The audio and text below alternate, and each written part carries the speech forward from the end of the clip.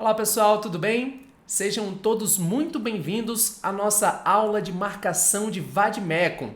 Aula super importante e essencial para você que vai fazer a segunda fase da OAB.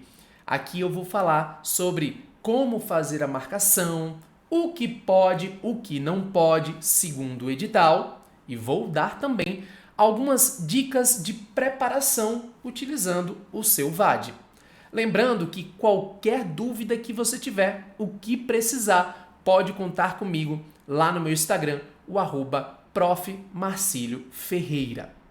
Eu espero que você já esteja com o seu vade-mecum, mas se não tiver, não tem problema. Fique até o final que eu vou trazer aqui algumas informações importantes que você já pode colocar em prática. Tudo bem? Vamos começar? Olha aqui. Para começar, eu quero trazer algumas dicas básicas. Algumas dicas fundamentais de utilização do vade-mecum, tá? A primeira dica que eu dou, é claro, é fazer a leitura do edital da FGV OAB. Lá no edital você vai encontrar coisas que são atinentes tanto à prova prático-profissional, então regras gerais, né, da prova prático-profissional sobre divisão de prova, né, o que pode, assim, na prova em geral, né, como responder a parte de direito material, enfim, são algumas coisas que são concernentes à prova prático-profissional. Especificamente quanto ao vade-mecum, você vai encontrar um anexo do edital, que é o anexo 3. Vou projetar aqui na tela para você, ó.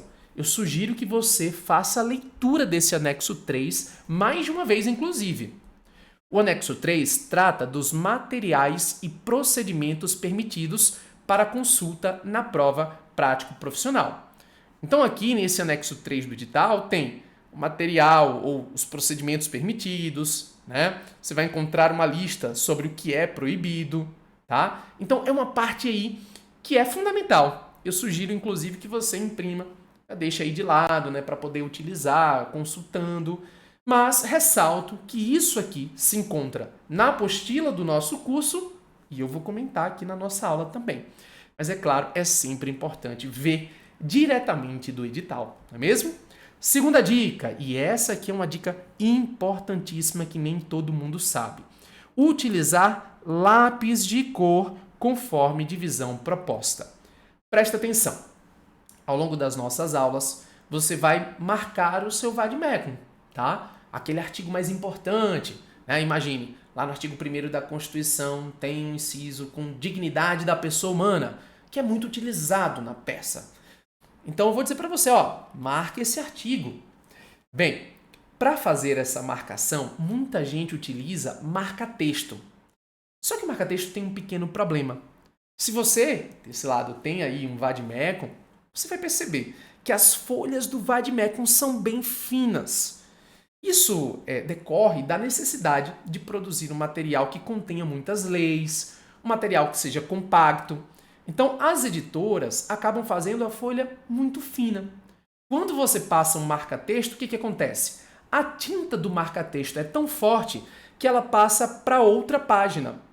Muitas vezes ela passa também, né, para a parte do verso, que é onde tem outros artigos, e gera uma confusão imensa. Então, o que resolve isso? Lápis de cor. O lápis de cor, como regra, não tem uma tinta tão forte.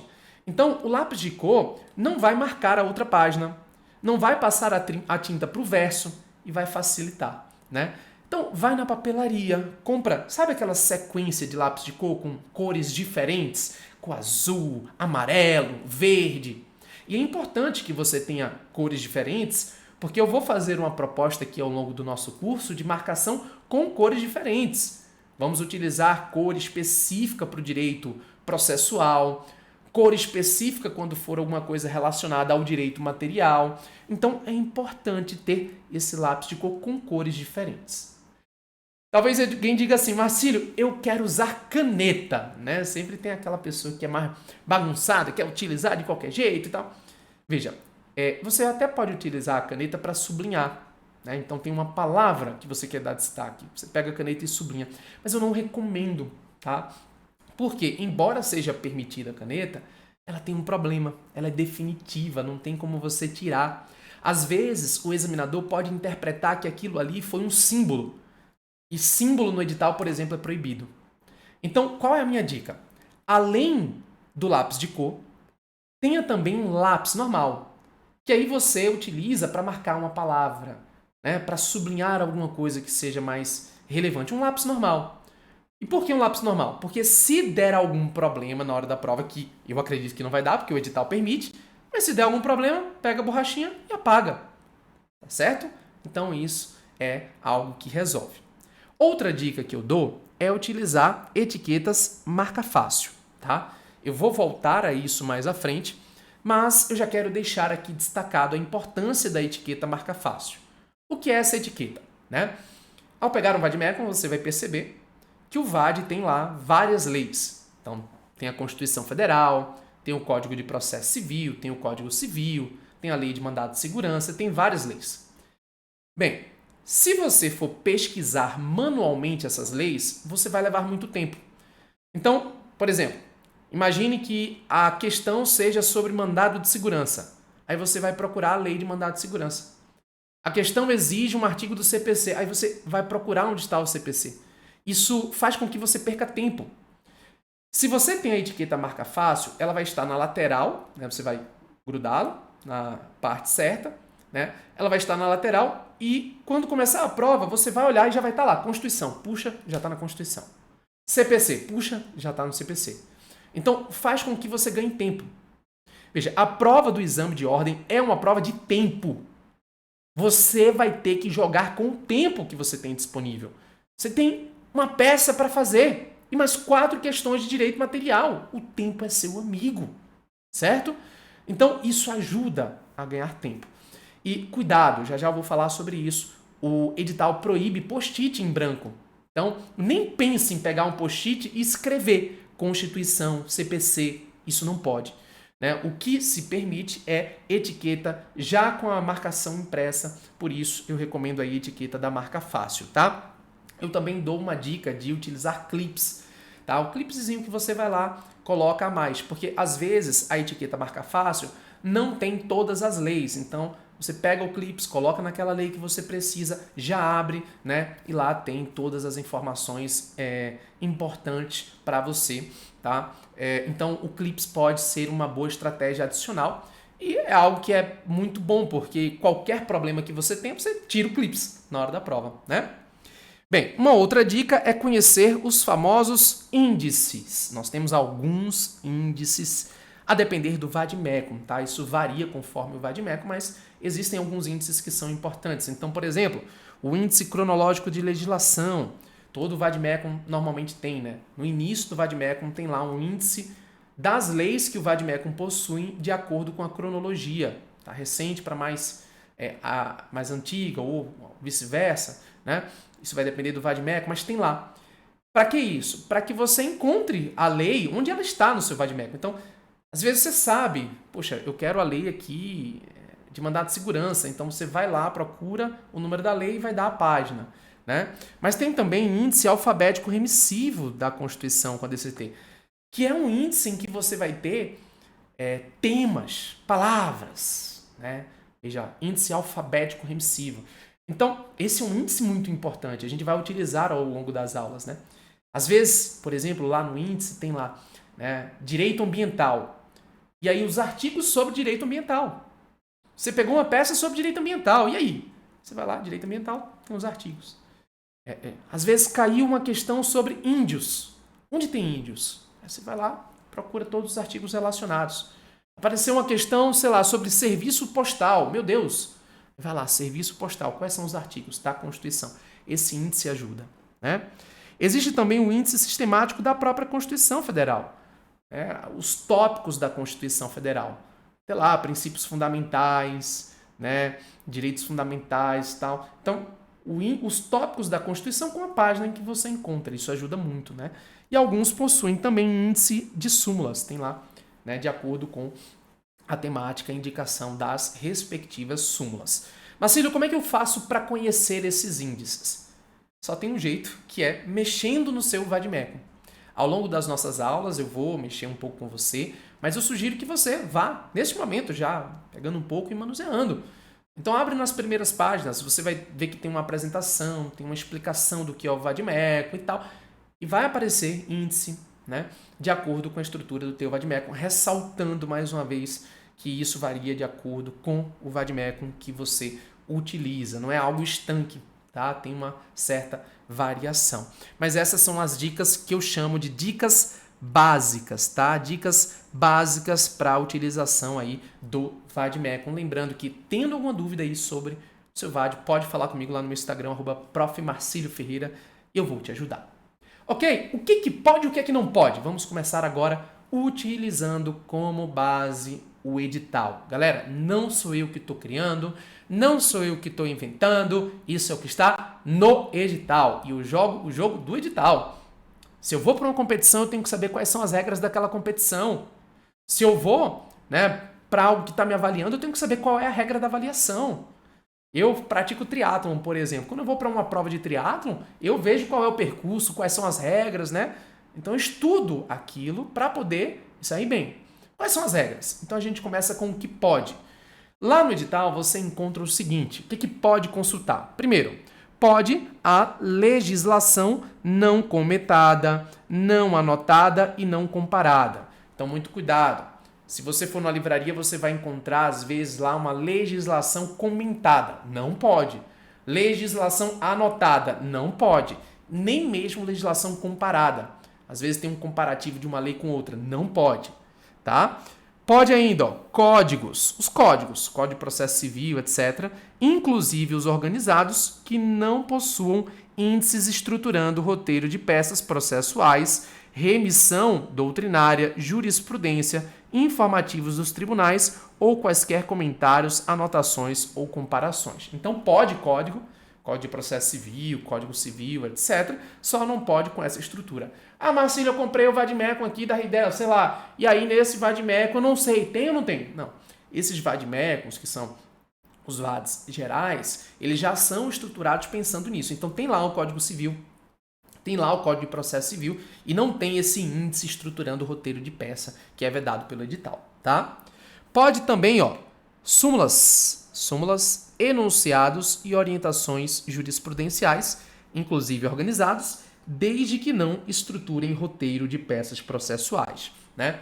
Veja que o edital foca muito nisso. O edital fala muito assim: desde que não estruture roteiro de peças processuais. Tem vários trechos isso.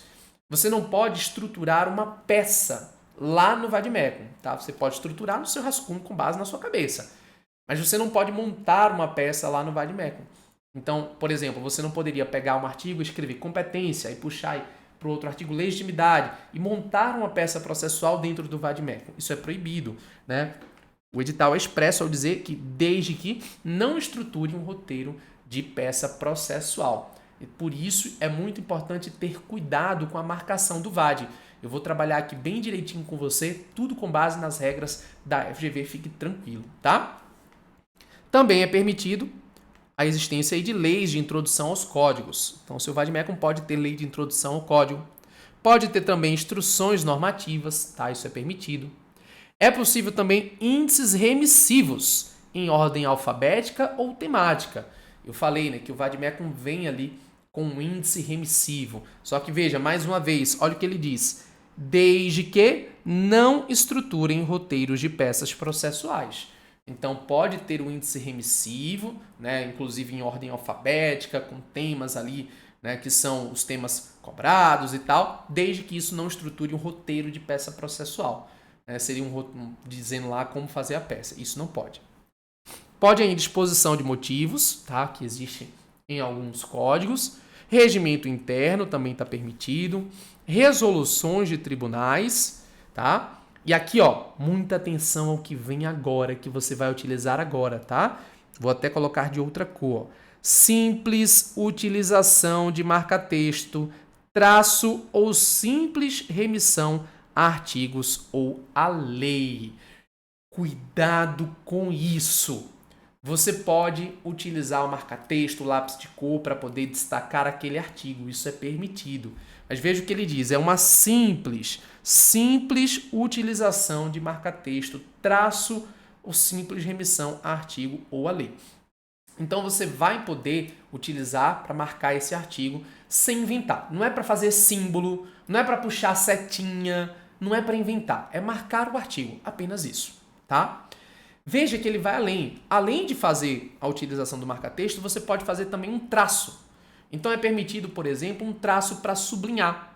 Imagine, tem uma palavra que você quer destacar. Você faz um traço naquela palavra, tá? Imagine, lá no artigo 5º da Constituição, inciso 69, tem lá que o mandado de segurança será cabível para a proteção do direito líquido e certo. Aí você quer dar destaque à palavra direito líquido e certo. Pode pegar, né, a caneta ou lápis, eu recomendo o lápis, pode pegar o lápis e sublinhar direito líquido e certo. Isso é permitido, tá? Desde que, é claro, você não estruture nada com isso. É só dar o traço de destaque. E é possível, aqui eu peço que você tenha muito cuidado, esse é um ponto importante, ó, simples remissão a artigo ou a lei. Você pode, no seu Vademecum, fazer a remissão a um artigo ou a uma lei, tá? Você vai perceber, por exemplo, que alguns artigos possuem já remissão no seu VAD. Então, às vezes, você vai lá no artigo 5º da Constituição, inciso 69, que trata de mandado de segurança, e abaixo do inciso 69, pode fazer isso agora, confira, consulte, embaixo tem lá a lei do mandado de segurança. Tem lá alguma súmula de mandado de segurança. Normalmente já existe essa referência, tá? Produzida pelo próprio VAD. Isso é permitido. A questão aqui que ele está colocando é além disso. É o seguinte, será que você pode escrever artigo de lei para poder lembrar, fazer a conexão de um com o outro? Esse é o ponto, né?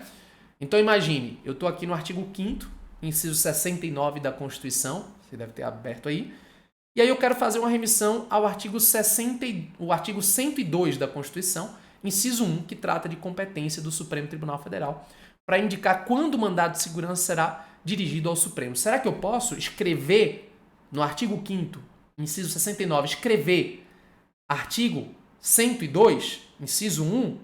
Posso, tá? Essa simples remissão a um artigo é possível.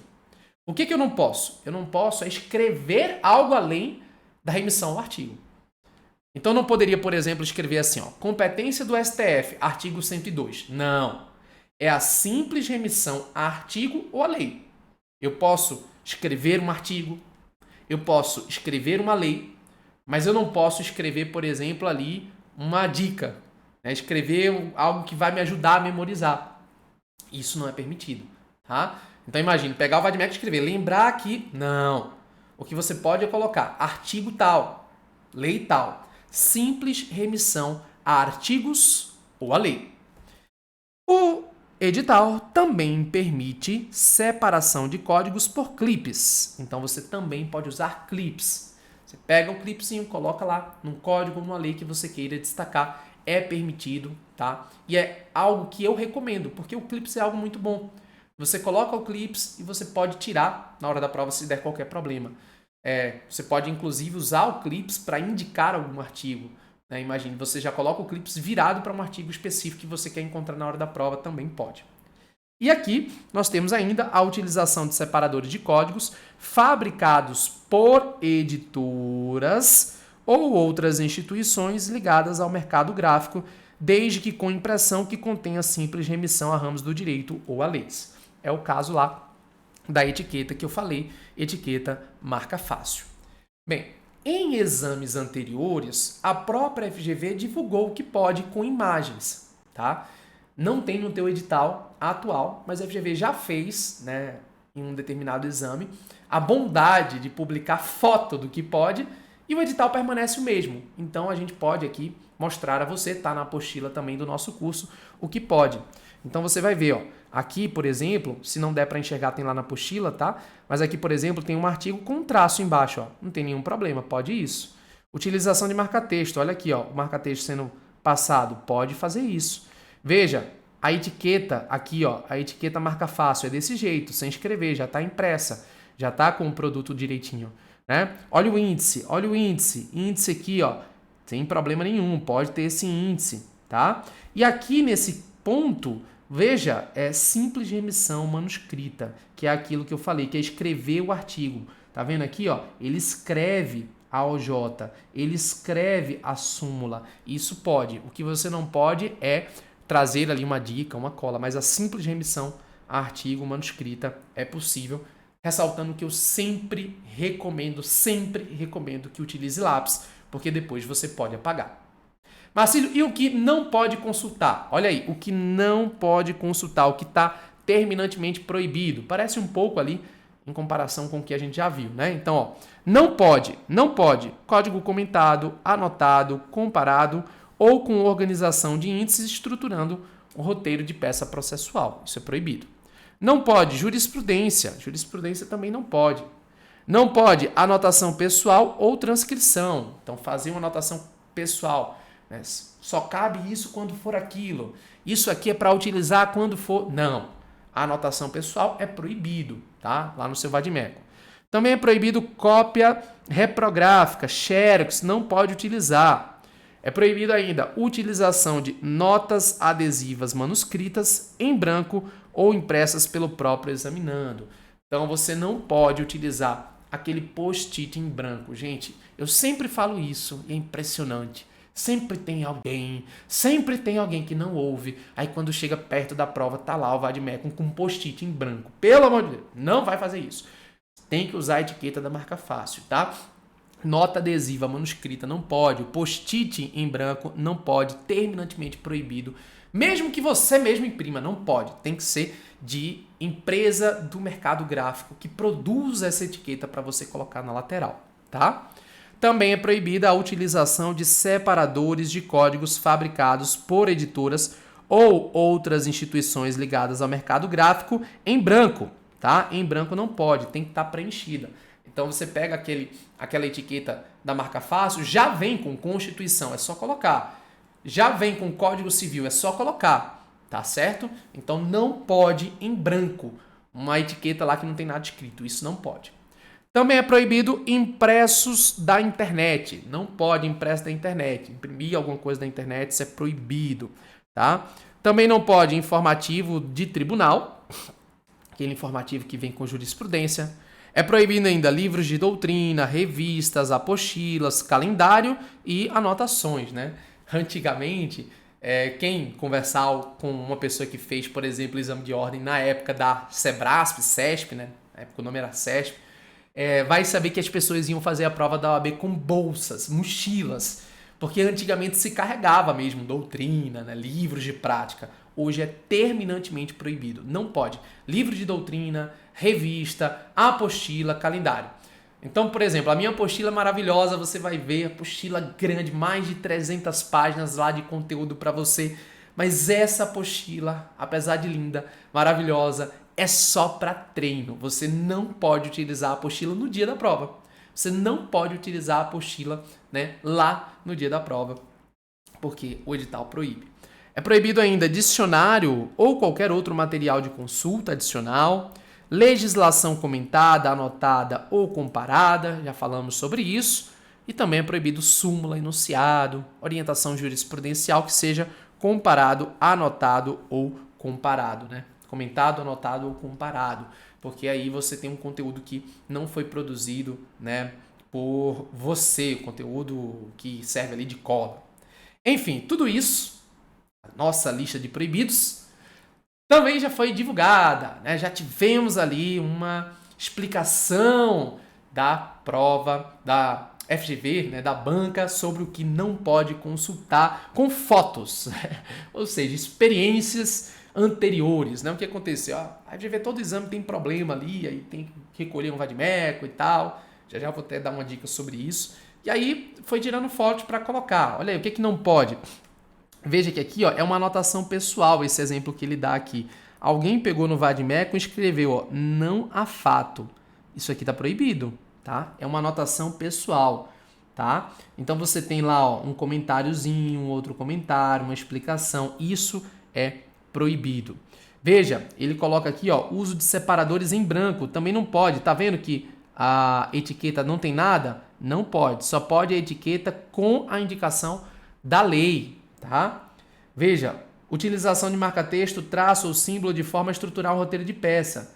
Então dá para ver que ele vai pegando as letras, ó, ele vai pegando letras específicas para formar o que seria ali um endereçamento, uma legitimidade, e estruturar uma peça. Isso é proibido, tá?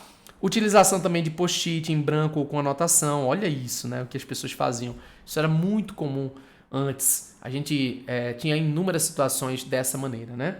E também essas anotações estruturando peças. Pô, fazia demais. Sequência de artigo para estruturar uma peça de mandado de segurança. Sequência de artigo para estruturar, por exemplo, ali, né, uma ação pelo rito comum, um recurso de apelação e assim por diante. Isso aqui. Tudo isso, na verdade, né, são práticas proibidas pelo exame de ordem, pela prova da OAB.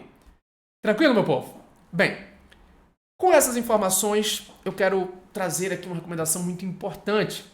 Pode ser que no dia da sua prova você chegue com o seu vade-mecum todo marcado de forma correta. Não tem nenhum problema. E o examinador, então, pede para verificar o seu vade-mecum. Primeira coisa, ele pode pedir para verificar o seu vade-mecum, fiscal de sala? Pode, tá? Ao chegar na prova, e eu vou explicar isso, né, mais para o fim do nosso curso, mas ao chegar em prova, né, lá na sala de aula, você vai chegar, vai se posicionar e eles vão verificar o seu vade-mecum para identificar se está de acordo com o edital ou não. Isso é algo que vai acontecer.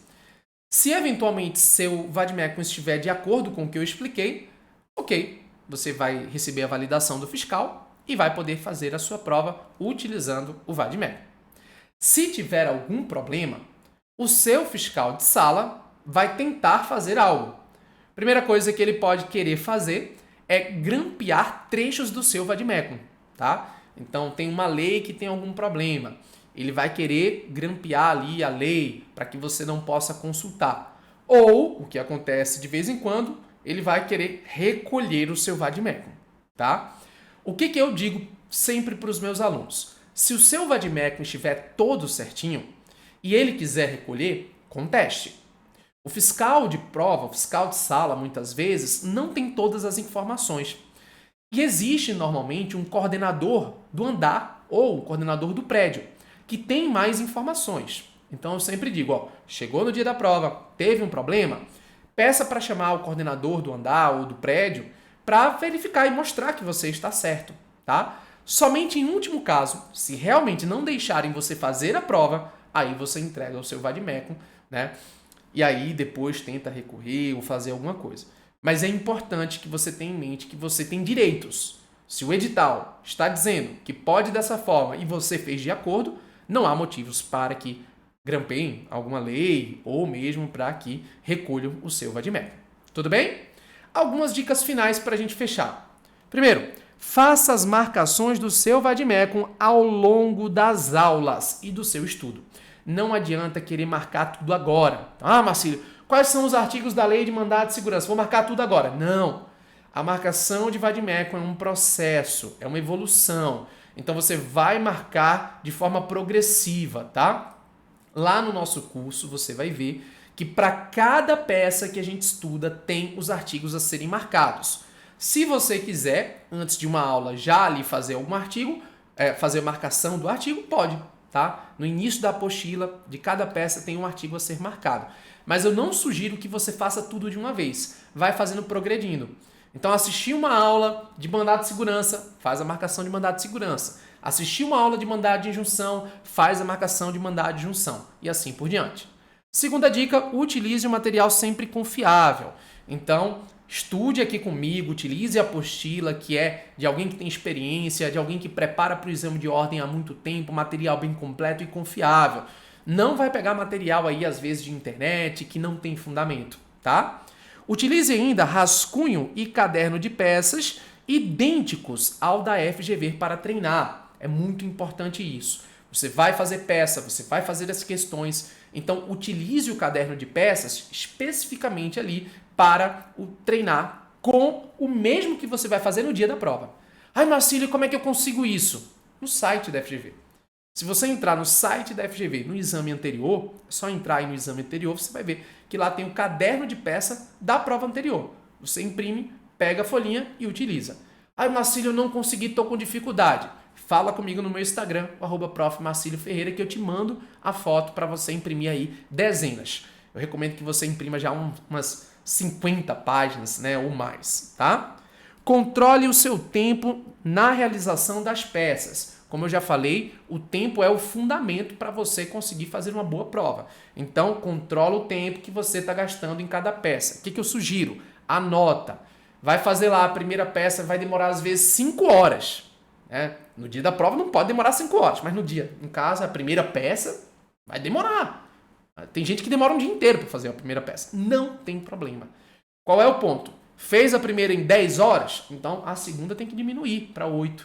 E aí você vai reduzindo progressivamente até chegar no dia da prova, conseguindo fazer aí em média em 2 horas e 20, 2 horas e 30, que é mais razoável, tá? E siga a metodologia proposta, né? Isso é muito importante. Nós vamos trabalhar aqui diversos aspectos de metodologia para que você possa realizar qualquer peça de maneira clara, de maneira objetiva, tá? E eu sugiro que você siga tudo direitinho, inclusive utilizando a nossa apostila. Espero que você tenha entendido. Qualquer dúvida, conte comigo. Um forte abraço e agora, nós vamos começar o nosso curso de verdade com o estudo das peças processuais em direito constitucional. Um forte abraço e até a próxima. Valeu, pessoal!